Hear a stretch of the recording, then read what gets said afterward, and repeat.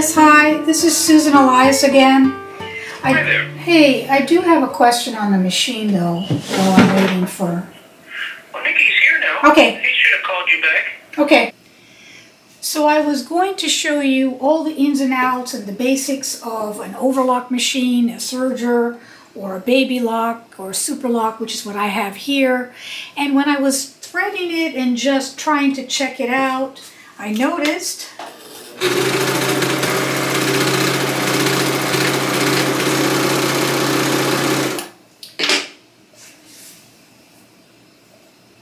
that it has a problem that I can't figure out. So I'm not sure if there's something really wrong with the machine or I'm just doing something wrong. So I'm going to bring this to the repair store and bring you guys along.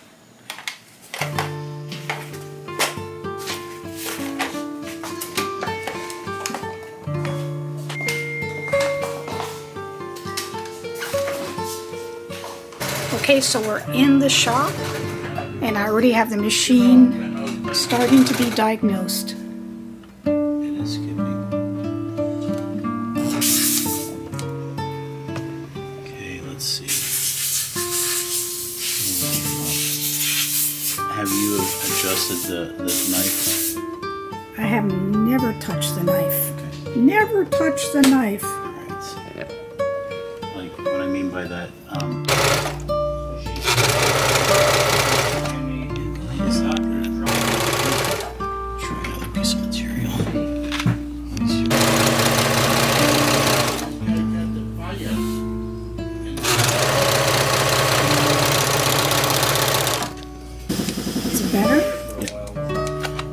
let's see what's going on with this.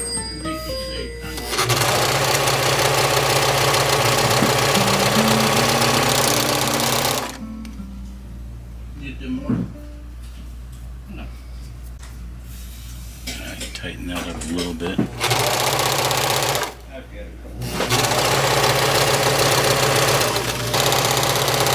You see, it's the material. It's material. Yeah, you have to adjust it. You have to adjust it just a little bit so it gets up and rides on the edge like that. That you rethread the machine first. Do not touch your tensions. Right. 9 times out of 10 is thread not in the tension plates. You thread these machines, you start with the upper looper, lower looper, yes. Right needle and left needle. Yes, that's the way I was taught. And if you're only threading one of your loopers, always make sure that you have your needle threads out of the machine. That's really important. Out of the machine. Because... What do you mean out of the machine? What I mean by that is make sure that your needle threads... Well, yeah, your needle threads have to be out of the machine because you see right now, and what will happen is if you don't take those out, the first time you start sewing it, it'll break your thread. So you got to make sure that they're both out of... Can't find the other one right there. You got to always make sure they're both out. Because if they're not, you'll have issues in the long run. Taking it apart? Yeah, I want to see if there's anything inside. Okay.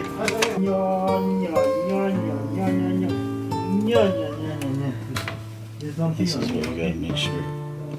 Oh, it wasn't in there. They all need to be in there. Interesting. See, there's a pre-tensioner right here. Okay. That holds it in place. Wow,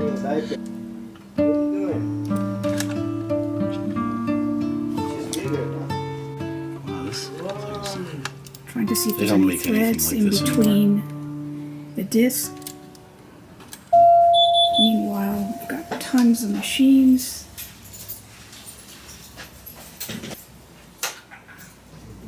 And the machine I should have, which is this one.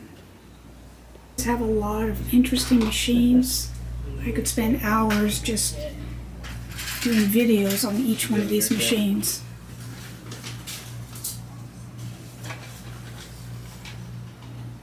Very cool.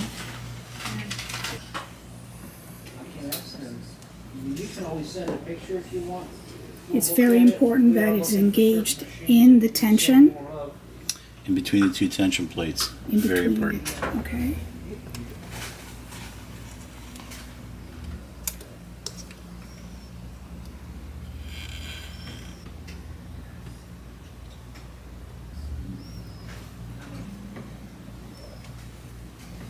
it say? Is it a 401? It's supposed to be where it's supposed to be.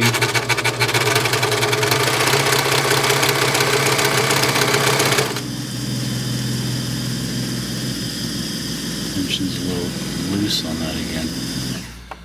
Let's try that.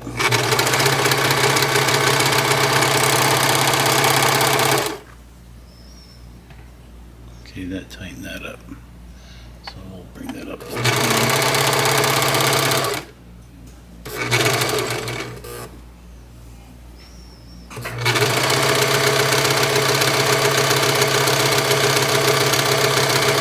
Yeah, I think it's just the material.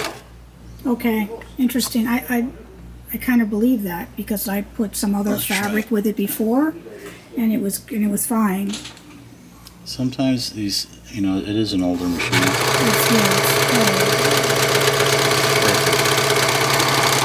Okay, it just doesn't like. It doesn't like. I think there's probably like sizing.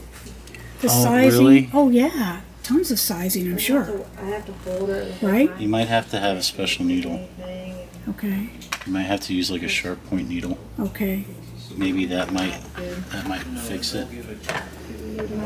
Materials. So we're going to be trying a different fabric because I think the sizing on the starch muslin here is causing problems with the needle and it's skipping. So now we're going to try a lycra fabric, Move this up a little bit. which will probably need different tension, correct? Shouldn't. Okay. Maybe just a hair, but shouldn't. Perfect.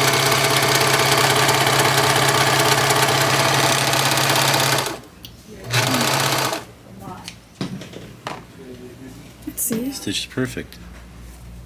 Yeah. So, and it's not pulling. You want it to roll to one side.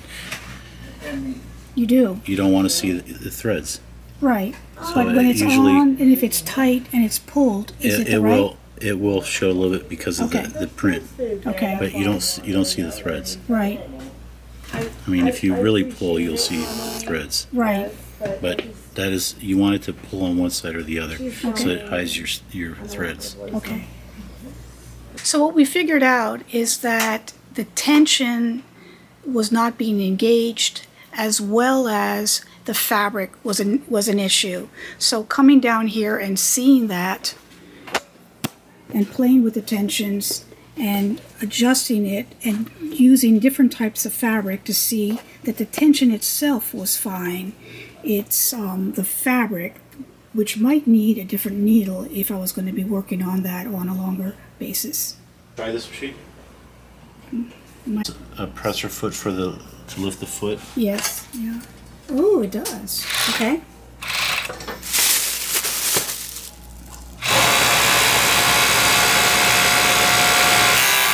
That's what I call fast. Yeah.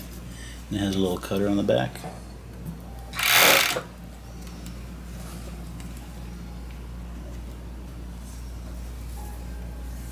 See the stitch? This machine will do 3,600 stitches per minute. Wow. That's not on full speed. Very cool. So this machine is just very specific. Yeah. Wow. I'm going to change out the chip. It's already programmed on a chip, and I got to change out the plaques. Okay. And the foot, so I'll do an Xbox. And this is for straps. Okay. It's for trucking straps. Truckers. Yeah. Bag closing. Yes, like for feed bags. Wow. Interesting. This looks like a very cool. It's aluminum and it's chain driven on the inside, and that's a portable machine. They hang it, from a spring, so they can just drop it down and use it. Okay. Yeah. And that's probably 1920s, 1930s. Wow. Wow. I know, huh? The tension, you start low and then you increase as needed. In increments. In increments. And usually you'll know what to increase and what to decrease. If this edge thread is on the top, you need to decrease this and increase this. If this edge thread is on the bottom, you you can decrease this and increase this. Okay. So you want it to be right on the edge. Right. Like it is on this material. Right. And I rarely use the left needle because I just want a serging, but if I want it to have a stitch if you want for strength on stretchy materials, I would it's suggest, always, of course, yeah, you use 4 right. threads.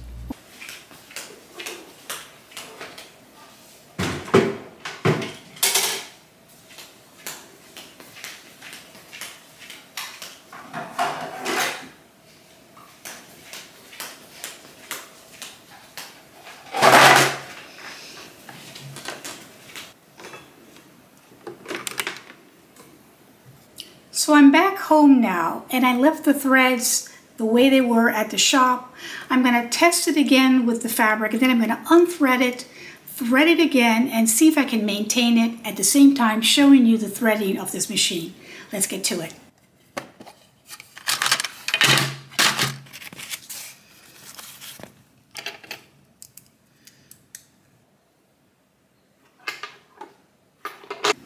So the purpose of the serger is to give a nice, clean, professional edge to all of your fabric as you're sewing, whether it is woven or knit. It is to clean finish all of the edges so that you have a professional and sturdy garment. With sewing knit fabrics, it's also nice because it also has a stitch that will stitch it and overlock it at the same time, so that has another purpose as well. But the general purpose is to clean all the raw edges of a garment as you are sewing. So this, I'm just going to give you the basics of this machine. So here's the sample from the shop, and it looks great. Now I'm going to take one of my fabrics and see.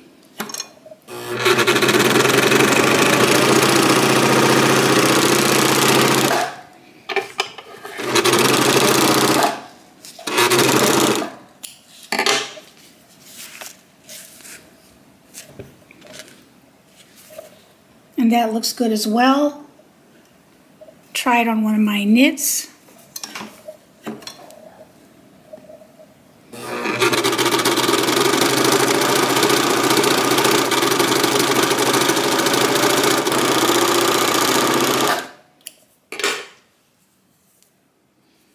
Looks good there as well. And like he said, on the right side, it should roll to one side, which it does nicely. But when I use the muslin twill, let's see what happens.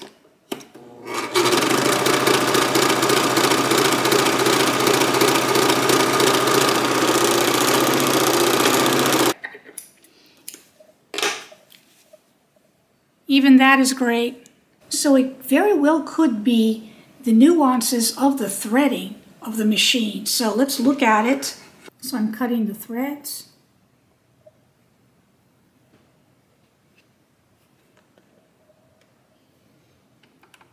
Pushing down on the tension and pulling all the threads out. Dusting a little bit. Just so you know, this is the screw in order to remove and replace your needles. To the left is loosening, to the right is tightening.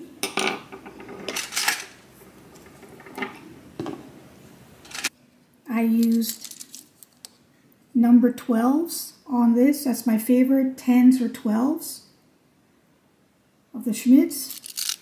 It's important to know that this needle are usually coated with color depending upon what size it is, and one side is flat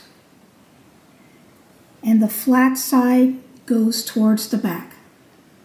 So this is a White 734D Superlock serger. It does the serging. It also did a rolled hem. I'm placing 4 different color threads on the threading device. I put this little device that it came with to hold the larger spools down nicely without too much movement. Always starting with the upper looper first, the lower looper next, the right needle, then the left needle. Going through the little loop there first, holding it down, passing it through, like that, placing it on the thread guide, engaging the tension by pressing down. Now there's a little resistance. As soon as you do that, let's open the plate.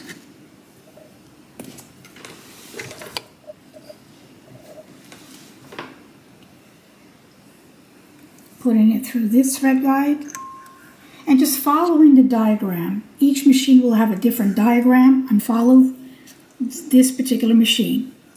And it's coded in color, so it's blue here, there,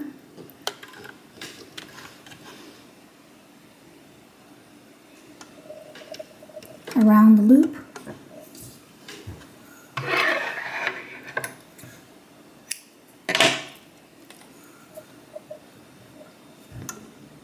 and through the needle.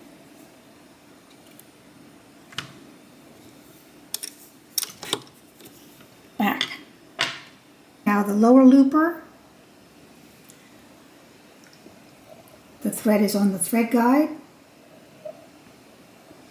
Pass in between this thread holder into the slit here, which is the guide. Engage the tension. And you'll know it because you're going to feel a little resistance. It also goes in this same thread guide.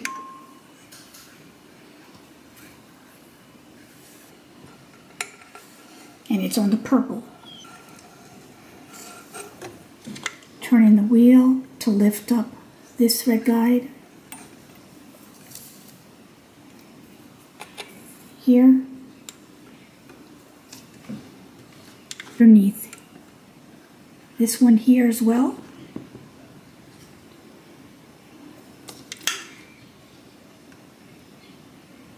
Behind this needle mechanism,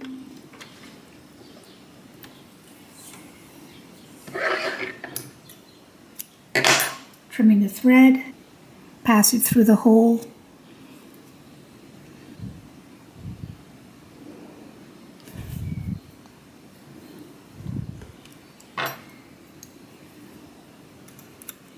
Pick it up, keep the threads back. Blue thread passes through there on the top bar. Again, passes through here. Then it's very important to press down and make sure it engages with the tension till you feel the resistance. Now I'm going to place the foot down, go underneath this loop,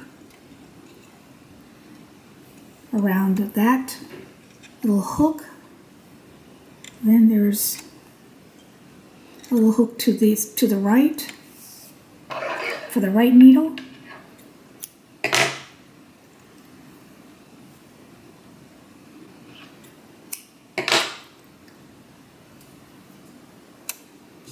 And pass it through the needle eye. Once it's through the eye, pull it out, carry it underneath, put the foot down. Left needle, putting it through the thread guide,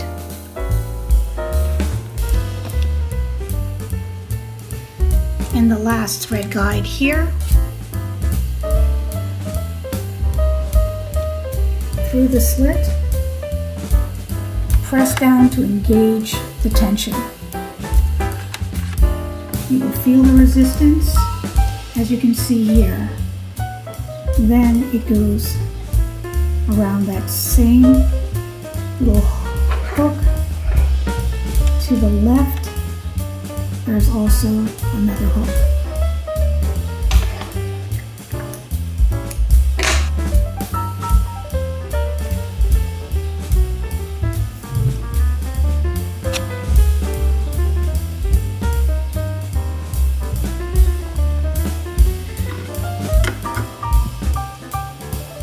Pulling that last thread out, lifting the lever, making sure that all the threads are behind it nice and neat. And I'm going to close this and this. Let's start sewing. I'm placing that tricot again that was given at the shop. The lever is up, and I'm going to put the lever down. Just going to cut off a little bit of fabric there and the stitching from before.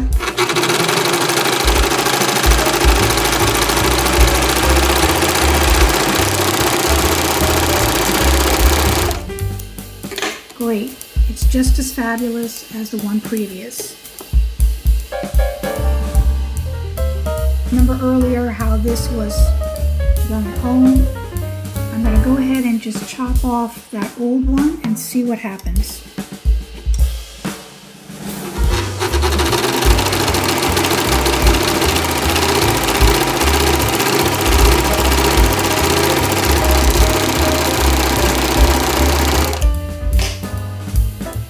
And that is great as well. A lot different than it was before. Here's with the jersey knit, and note that I have a 1/2 inch guide here because home sewing machines only give you 5/8 and 7/8, and I do commercial patterns or industrial patterns, which is 1/2 inch. It has a blade underneath that's going to be cutting this as we go, so it's cutting.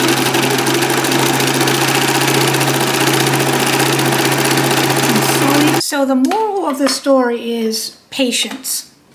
It is actually starting at 1 on the machine itself and then going 1 by 1 increments, making sure that the threads are not tangled inside and has a clean brushed inside as well, following the guide that is given to you on your machine itself. And then once you have this locked in where you want it to be, and you like where it is, then keep it there until you're using a totally different type of fabric that you know is going to need a little bit of tweaking. Like Nick said, to check the tension to make sure if the loops are going too much forward or too far back. You want the loops to be straight there on the edge. You want a nice sturdy stitch here that's actually going to sew your garment together when you're sewing knits and t-shirts and dresses with jerseys and interlocks. And then you have easy sewing with your basic serger, overlocker, superlock, or baby lock. Hope you like this video. Give it a thumbs up. Share this with a friend who is just starting out with their serger or purchasing an older model, for instance, and wanting to know how to tackle it and how to thread it.